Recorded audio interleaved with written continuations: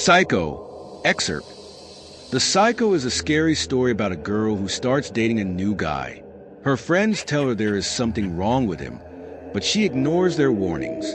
My name is Dasha, and I want to tell you a story about my last boyfriend. We met at university. We accidentally bumped into each other in the hallway. He asked me to go for coffee with him, and I agreed. He told me his name was Norman. We talked about this and that. He was handsome and witty. I was very attracted to him, and before long, we were dating. Norman was a very sensitive and caring guy, not like my previous boyfriends. It was like he was from another planet. He was always interested in what I wanted, always concerned about my needs, but at the same time he was very masculine. I felt safe with him. Everything was fine at first. It was my friend's birthday, and our whole group gathered in a bar to celebrate. I was excited because I brought Norman, and I wanted to introduce him to everyone. Sitting at the table, we were having fun, drinking and laughing. Then some of the guys went outside to smoke, and Norman went with them.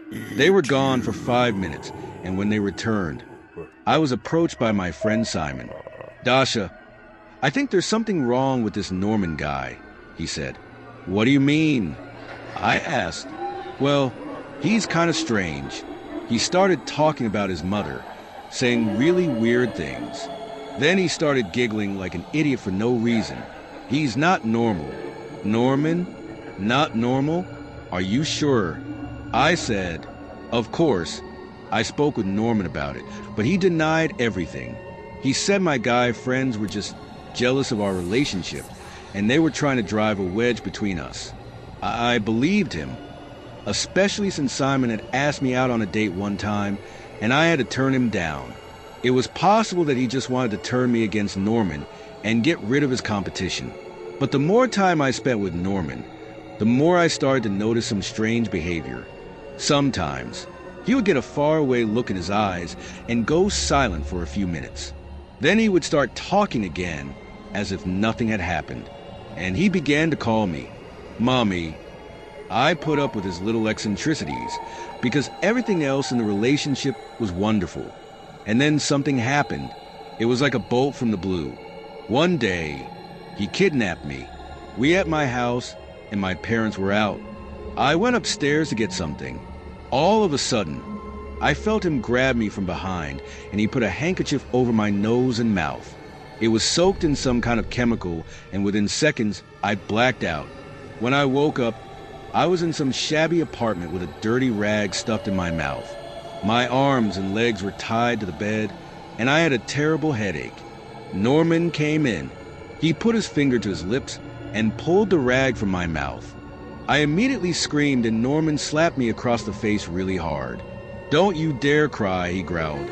"My mother never cried." "Okay." He untied my hands and gave me a withering look. He told me that if I tried to run away, things would only get worse. Norman took me into the kitchen and sat me down at the table. He put a plate of food in front of me and told me to eat. All this time, he did not take his eyes off me for a second, so I just did as I was told. When I looked into Norman's eyes, I could see he was a complete psycho. How could I have not seen this in him before? He smiled at me, as if everything was normal. "How are things at work, Mommy?" he asked. I had no other choice but to play along with him. "All good," I replied. "So, we'll go on holiday together next week." "Of course," I mumbled. "Oh, by the way, someone told me you have a new man in your life, Mommy. That's not true, is it? You wouldn't do that to me, would you, Mommy?" I saw how angrily he was staring at me. "No," I replied. "Well, I knew it wasn't true," he grinned. "We don't need anybody else. We're happy together, just me and you."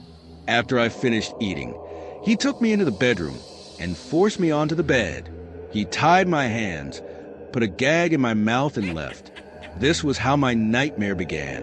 Sometimes Norman remained with me for a long time, telling me how things were going in college. He always called me Mom or Mommy. I went along with it because I was afraid of what he might do if I resisted.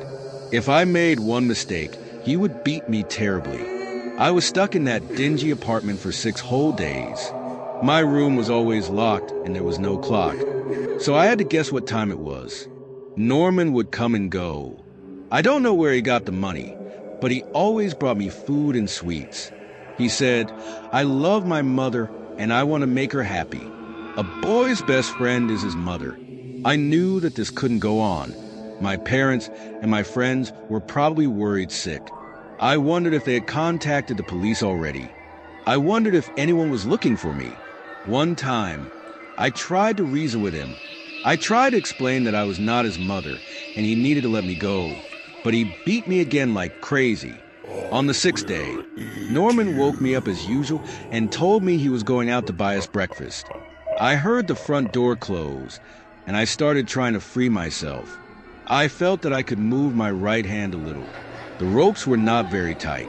It took about 20 minutes, but I managed to work it free. I quickly untied myself and rushed to the door, but of course, I was firmly locked. I looked out the window. I was on the 5th floor. I grabbed a chair and threw it at the window. With a loud crash, the glass broke, and the chair landed on the pavement outside, almost hitting some passers-by. Leaning out the window, I screamed at the top of my lungs, "Help me! He's going to kill me! Help! He's a psycho!" And then I saw him. Norman was standing in the street with a bag in his hand, glaring up at me. By the look in his eyes, I knew the only thing he wanted now was to kill me. People were gathering under the window, so my crazy boyfriend just turned and ran off. 10 minutes later, a police car arrived. The officers broke down the door and rescued me. I will never forget the look in my parents' eyes when they took me home. I spent the rest of the night weeping uncontrollably. It turned out that the police were already looking for Norman. He was on the run from the authorities long before he met me. He was wanted for a double murder. His name wasn't even Norman. It was Ed, and he was actually 30 years old. He had a history of mental illness and had been in and out of insane asylums for most of his life. 2 years before, he had been living with his mother. He was completely obsessed with her. His mother was dating a man, and she brought him home with her one night. When Norman caught them together, he flew into a violent rage. He beat both of them to death with a hammer and then just disappeared. I hope the police will find him soon, because until they do, I am too scared to leave my house. If you want my advice, be careful who you date.